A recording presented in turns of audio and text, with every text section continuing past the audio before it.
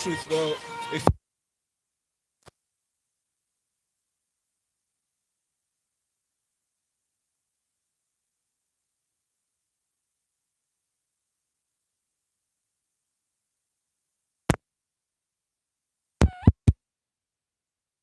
Freshly pressed, grapevine, the locker room, and more. The Smooth Breakfast presents the headlines, the stories, the news, in-depth analysis of national current affairs. Freshly pressed on Smooth 98.1. check WhatsApp, send the stories to the status.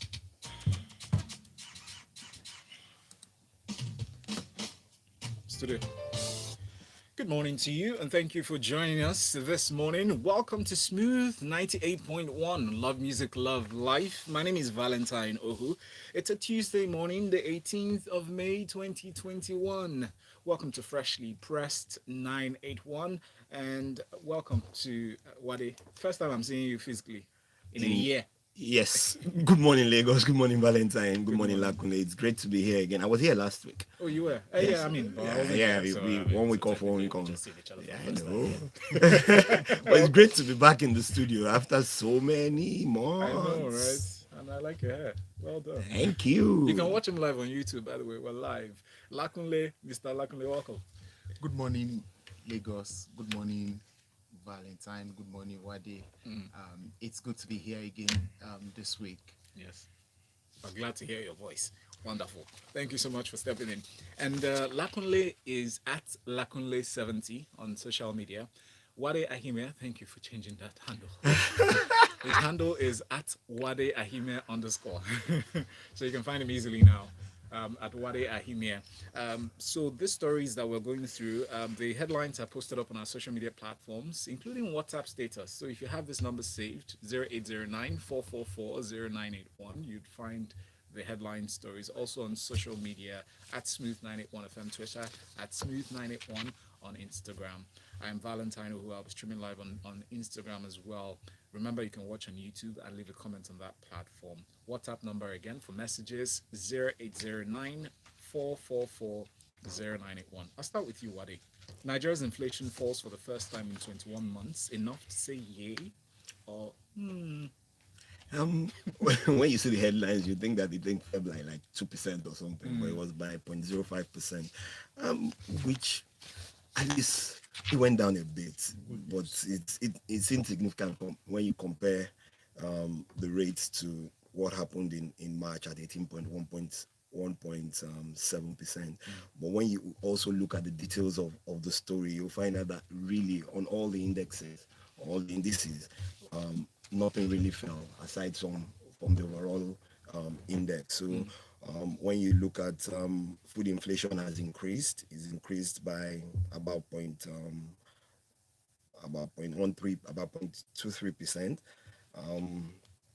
And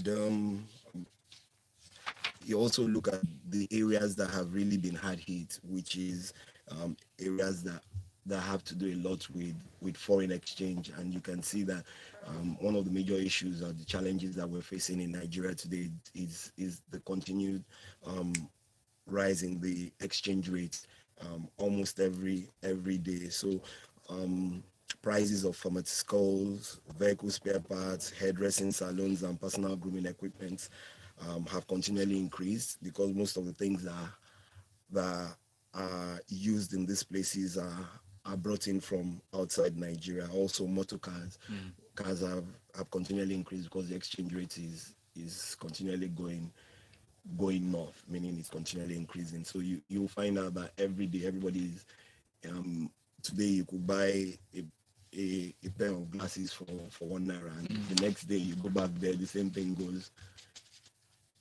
goes on, and it's now 1 naira 20 kobo. So really, in at the end of the day, I don't really see the big deal in terms of that drop of 0.05%, or maybe it's a start of the inflation rate going down, because when you compare the inflation rate to the lowest index so far between 2019 and now, August 2019 and now, inflation has moved from about 11.08% to It's like my math teacher would say, infinitesimal. exactly. It's too small. It's too for you to feel the impact. Oh, interesting. Some people might think otherwise. Like Henry, for instance, he shares similar views with yours. He says, I always like to remind people, and he said this earlier in Business Express, I always like to remind people that deceleration in inflation does not mean prices are coming down. It just means that prices are increasing at a reduced rate. Yes, and some sectors, these And that's prices a are, good thing. it is it is good and bad. It is good in the sense that like I said, you don't wake up today, it's 1 naira and tomorrow it's 2 naira, which is what's it called? But it moves from 1 naira to 1 naira to kobo. You are not going to feel that pinch like that. So at the end of the day, like I said at the beginning, the rates drop really isn't that significant. It's too small to make any impact, and that really is what the case is. Thank you so much, Wadi. I appreciate that. Premium Times has this report, Mr. Lakunle, and I'd like you to share your thoughts on this. And similar to this story, in terms of the effect of price change and increase of goods and services affecting inflation, the National Bureau of Statistics showed the details of this inflation trend, especially across states. When it comes to food prices, an example was in Abuja. At 0.05%, recorded the lowest rise in month-on-month food inflation. Particular areas of interest would be, I think, Port Harcourt and River State. Yeah. When Wadi was making his comments earlier, it's a little bit of good news. You know, there's this thing that generally over years, what we've noticed is when Ramadan is approaching, because we know that majority of the farmers involved are Muslims, and then they would probably not, as much as they were in the previous other months, be active in getting things to the market. So the little that's in the market, the prices will generally go up. And now that Ramadan is over, all of us who took a break to observe the Ramadan fast will be back at work now, and we're assuming that this trend of dropping prices would continue. However, this report also says that the highest increases were from pharmaceutical products. Of course, we would expect that because of the general condition of the world right now. Everybody wants to stay healthy, so would expect that. And then also the majority of all these things are not things that we also produce there. Personal grooming equipment, vehicle spare parts, furniture and furnishing. Good news is that a few of the furniture making companies now are actually establishing in Nigeria. There was a report, I think, sometime last week about one just opening a factory somewhere in Ogun State. So if we start to gradually replace some of these otherwise imported items by local manufacturers. I saw a report by one of their essays to the Lagos State government saying that the last mile buses scheme, that the buses that are going to be used are actually assembled in Lagos here. Fantastic. So those are the kind of things, the kind of news we need to be hearing, and those are the kind of things that will help us to continue to drive down this prices. Yes, month on month, 0.5 is so small, but when you look at it on the average across states, because you have a state where it's as high as 26%, and you have one that is as low as 0.03. Exactly. So it is 0.03. They'll be looking at us and be saying, what are you people talking about? For those who are 26, they'll say, look, we are suffering here. You know, so but somewhere in the middle, all we need to concentrate on are those bits of news about those things that we can do here. And what you said is quite apt, because we're looking for bits and pieces of good news. That's the sentiment now. Any news that is good, we should celebrate. Exactly. Let's just celebrate it. Positive effect on the population. Let's celebrate. Let's just celebrate it so that at least it just induce that confidence that something good can come out. Yeah, right. In spite of, which is similar to what Shanu expressed here from Ilupleju on WhatsApp. He says any kind of good news is good. At least one thing is looking great in this country. He said perhaps if the news media tries to focus on such feel-good stories, it may help change the psyche of many of Nigerians who see nothing good and happy about the country. Speaking of which, people are angry, especially in Kaduna State, because the grounds with NLC between NLC and the state government there is that a lot of month-old, old salaries, workers that were fired or let go of, in spite of the harsh economic conditions in Nigeria as a whole. Kaduna State was grounded yesterday. We shared this story, we tweeted on Freshly Pressed, and also mentioned that the night before Sunday, the airports were shut down. NLC said in their words, especially as expressed by the president of the NLC, Ayuba Waba, he said the state government will be brought to its knees until it reinstated the sacked workers. What are your thoughts on this, Wale? Valentine, is a long story, but let me just quickly take a few highlights of what the NLC said. 7,310 local council workers in the state were sacked. 3,000 civil servants also were sacked, withholding of salaries of about 20,000 workers. And then you go on to what the Kaduna State government is talking about, and talking about right-sizing the Kaduna State civil service. So it's a chicken and egg situation. Do you want to streamline the civil service for it to be lean and mean and more efficient, or do you just want to continue to pay? Or the states are even broker because the monies that are coming in are less. Every state is trying to see how they can better manage their resources. But the one thing, the first thing a lot of people do, even in the private sector, is once money goes down, the first thing you look for is lay off staff, which is what Kaduna State is doing. I feel for those who one way or the other have lost their jobs, but the major issue for me here is, where was the dialogue? According to what NLC is saying, no dialogue, and then you go like that ahead you asked a question. Can I interject at this point? So you mentioned what the NLC spoke about relating to dialogue. He said the governor said we were invited for a meeting and we did not attend. This is false. I only got a call from the government official yesterday night. I assume that's 2 nights ago because the story was published last yesterday, asking us to come. I put him on record. They cannot blackmail us. So that's where my concern is relating to dialogue, right? Of course, both parties will come up with a statement to say, yes, we reached out to this person, because the call is always dialogue for these two parties to actually just settle it at the table. But when it comes to honesty, expressions of honesty there and the true intent to solve this problem, how do you see it playing out? Okay, so first and foremost, over the years, it has been shown by government that there is no transparency and there is lack of sincerity on their part.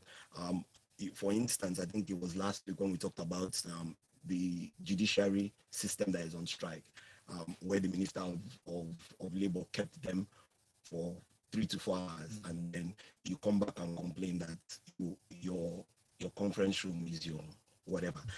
And so this is the same thing. And if the NLC chairman is putting it on record and nobody has come to say otherwise, it just tells me that there is really no sincerity on the part of the government to dialogue. That's the way I see it. And for as long as we are not dialoguing, we're going to have this kind of situations come up. And we've seen it not just in Kaduna State, we've seen it all over Nigeria in various ministries, where everybody just wants to feel that, but everybody needs to sit back and look for how best to generate revenue within the state. Thank you. And ensure that you can pay these salaries without waiting for government, because it was like a few weeks ago when Kano State said they slashed their allocation by 50%, and as such they are going to slash everybody's own and then go back to, and which is what the states are doing. The NLC has also mentioned here that Kaduna State has reverted to the 18,000 minimum wage. But should that be so if they were doing what they were supposed to do in the first place? If the states were independent, financially independent, instead of always scurrying to the federal government every month to seek for allocation, if they were raising internally generated revenue, we probably won't be here, because the states who generate large internal funds, we see their workers go to work every day. You don't hear about strikes. Lagos, Rivers, you just name it. You know, so at the end of the day, these are the things that everybody needs to sit back. How do you generate revenue more efficiently from the system? And government, to me, needs to be more honest and more transparent about a lot of all the things that they're talking about. And should also start thinking in the long term and not just the short term of, oh, how And I totally agree with you, how going Valentine. to make you happy now. You go on strike. Oh yes, let's increase salaries. Or, oh, let's reinstate the workers. What is the plan? 10, 5, 10, 20 years from now? For me, I think a lot of them don't look long term, and it's also affected the way you look at the civil service, because over the last 20-25 years, the civil service system has been so disrupted that someone could be a palm sec today, and when the governor that appointed you, or you reach the position of Sansec and you're not even ready to retire, the next governor comes and everybody moves on. And that for me is a system that has to change, because you have to revert back to how it used to be. You know, one of the consequences of having to look at short-term solutions instead of a long-term is this kind of story. Yes. Right? 5 years from now, you look at the newspaper, compare it to 5 years before. If you pick up a paper from when? 2016. You probably see something similar to I think that on this matter, what we have, majority of our administrators don't think beyond their tenure of office, because they know themselves that immediately they leave, the next person is going to wipe out anything and almost anything and everything they've done and start all over again. And the examples are all over the place. So when you know that is the system that is in place, it's bound to happen where we are, where what we have. So we need to start changing. One last thing in governance: government is a continuum. It doesn't end when one tenure ends. That's it's right. continually. Thank you for adding that. Punch newspaper has this report at the back called representatives of the Northern Caucasus splits, minorities back Southern governors, some representing, especially this one representing the North Central geopolitical zone, as well as Southern Kaduna and other parts of the Northwest. They are seeking to challenge what they call the Fulani hegemony, which has allegedly, according to them, led to marginalization of the minority tribes in the north as well as the Hausas. In this statement, it speaks to the Southern Governors' agreement to expunge open grazing, and that was last week. What do you see in this story, Mr. Lakunde? Valentine, was it last week we discussed this when the resolution was made? No, the upper week. 2 weeks ago. 2 weeks ago. You were here when we said that, and we agreed that there's no more time for just talking. That it's time for action about all these things. If we want to get these things done, get them done. We know where the powers are, or where the politics need to be played. To change any item in the constitution, we know the processes. It is in black and white.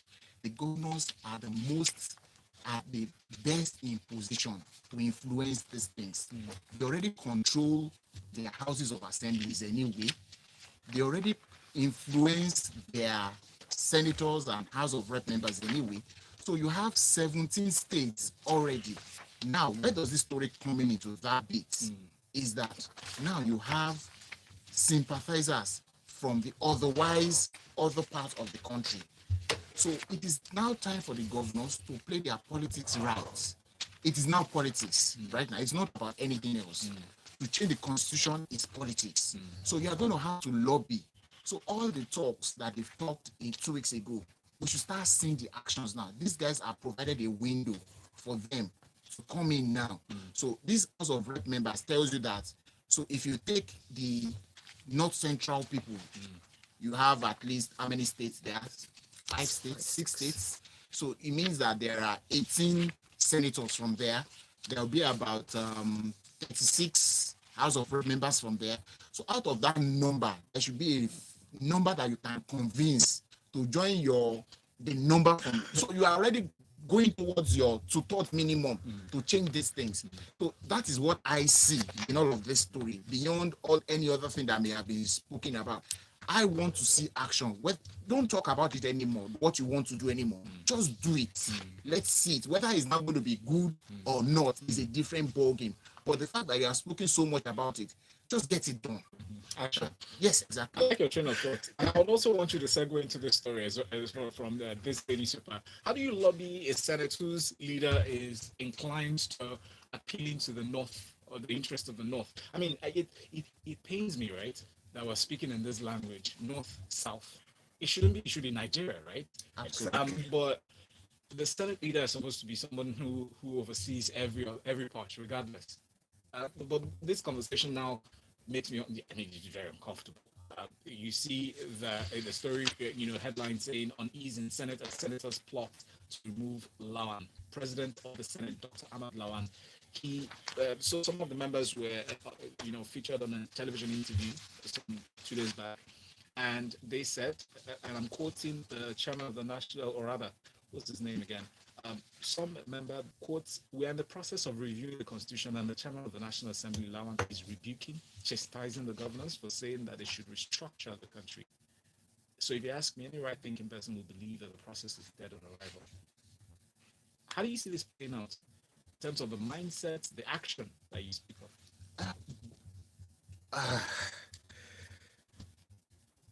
The first thing, let's take it from this point that as a senator, forget that he's Senate president. As a senator, Yes.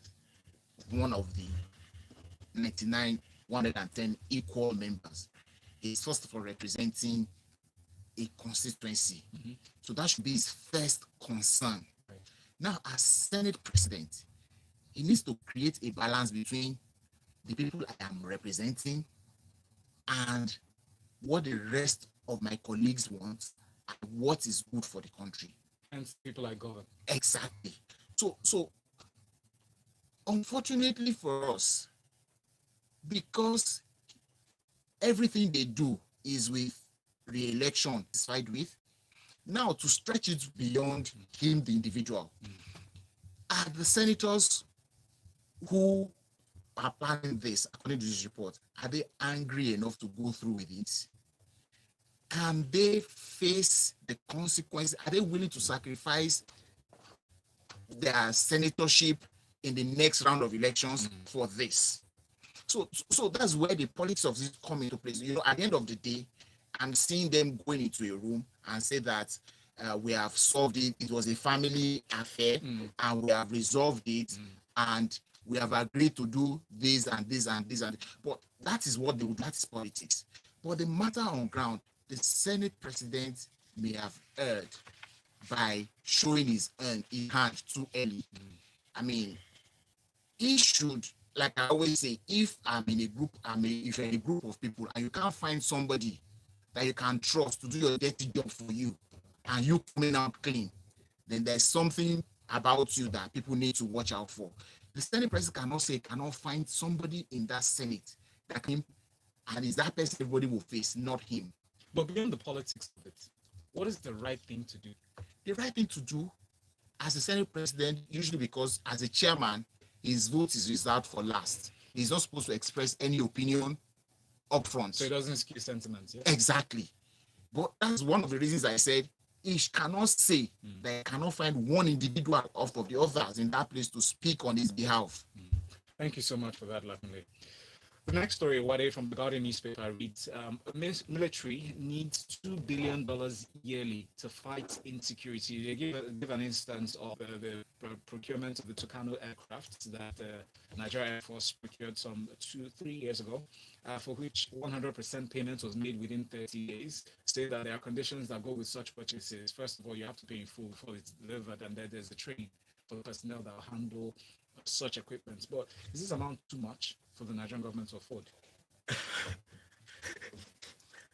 But I'm laughing because Sorry, why? Am I putting words in your mouth? no, you're not putting words in my mouth because we've spoken about this for so long about Nigeria, about Nigeria being broke. But yes. It's when you go through the stories, it's also very funny. It says you require $2 billion every year. Last year they spent $2.6 billion. So what exactly? That was a year, right? What exactly are we talking about? But the other thing that beats me is in Nigeria, and when you look at the military all over the world, at least 30-40% of military spending is on infrastructure. In Nigeria, 91% is on recurrent expenditure. So what exactly is that recurrent expenditure that we're spending 91% the allocation to the military, which is 9% of Nigerian budget is I'll give you a simple example. Salaries. I mean, yeah. remuneration. So that we have too many people in the military, does this suggest that if we spend 91% on recurrent expenditure, salaries, maybe accommodation, and a number of other things, what exactly are we doing to improve the infrastructure and the equipment required for the military? And this is what it is. Now, I have no problem with what the plan is for this bill towards getting additional funding, which all over the world, military formations do that. But how do you want to go about it? Do you want to go cap in hand, begging everyone towards providing this, or you want to create a system of partnership with whether it's those who sell the arms towards getting better terms of payment? And one of the reasons why we had to pay up front for some of these things, and these aircraft are not coming till maybe 2022 or 2023, paid for them. They're supposed to come this year, but they're expected this year. We made full payments. we made full payments in about 2017, and it was going to take about 3 or 4 years. So we're expecting them this year. So let's see. But long and short of it is they require money to fund the military.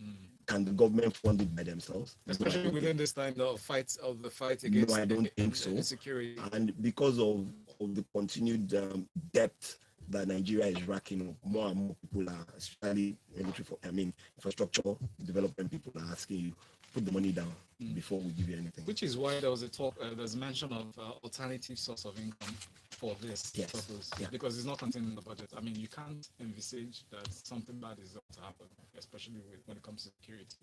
And I mean, secure some funding from other sources besides the sources that fund the and like I said earlier, I agree with that, because but you need to put that structure in place properly to ensure that those things are done, and they are done transparently and honestly, so that we don't get the money in, and every time where we go to a hearing, the last person says, oh, he doesn't know what the last person did, or the next person, and so on. Yeah, my only concern is I hope we're not putting new wine in old wine skin, which is not necessarily the case, because we're having which is usually what the bottom line is. Yinka says there was no need for El Rufai to sack anyone. Just introduce timesheet-based system. Let everyone account for. I missed that message. I'm going to go back to it.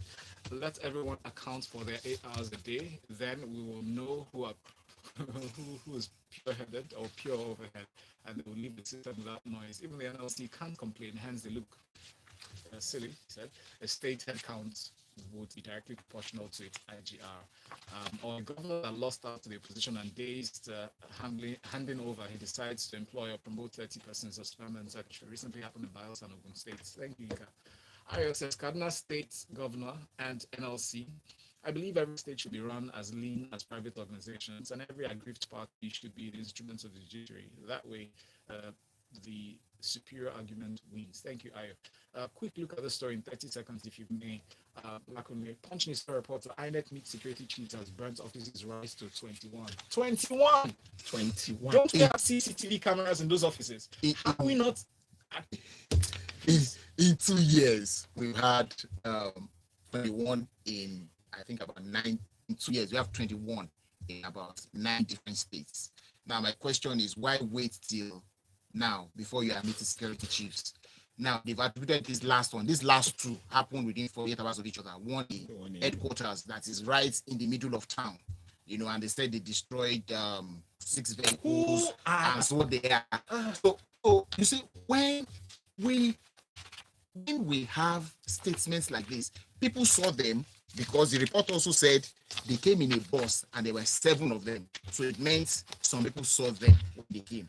Who did they call? So did they call anybody? They drove comfortably. They came, at least that reminds me of and then the armed security guards there resisted them from burning the building. That's after they have destroyed vehicles. The cost of this to us eventually 54 billion to run the election only. Now, add the cost of all the things that have been destroyed now, card readers, vehicles, whatever it is that may have been destroyed at that cost. So you see where the budget of 2022 and 2023 is going to be. So we shouldn't complain if there are no other infrastructure to be built, because the money to pay for these things will come from somewhere. Somebody Even the needs to- military that you just spoke about, some of that money will come from the money that should go to the military. I was going to say then that maybe the money we allocate to the military isn't enough. No. That's why Don't- we're not. Yeah, but seriously, that's what it's going to be. At the end of the day, is the cost to us, the taxpayer, we're going to be the one bearing the cost, or we're going to feel the pain because something else is going to give. This is a deliberate attempt to undermine our Absolutely. democracy and undermine the coming election. Absolutely. Because this is 2021. Yes. Somebody needs to answer questions. Yes. My goodness, they need to answer questions. NLC officials need to answer questions. One of my notes. How are 21 infrastructure of under your ministry or 2 under your years. agency burnt? One of my notes And here. you can identify one person. The notes I wrote here when I first started, I said, so what is the cost of security in INEC's budget? What have they spent it on? Well over time. Thank you so much for that conversation. At Lakunle70 is his handle. At Wade Ahimia _ is Wade's handle as well. Please let's continue this conversation on social media with the hashtag Freshlypressed981. I'm Valentine, who I'll be back next for the Grapevine 91. Stay with us. Mr. O, let them kick you off. The INEC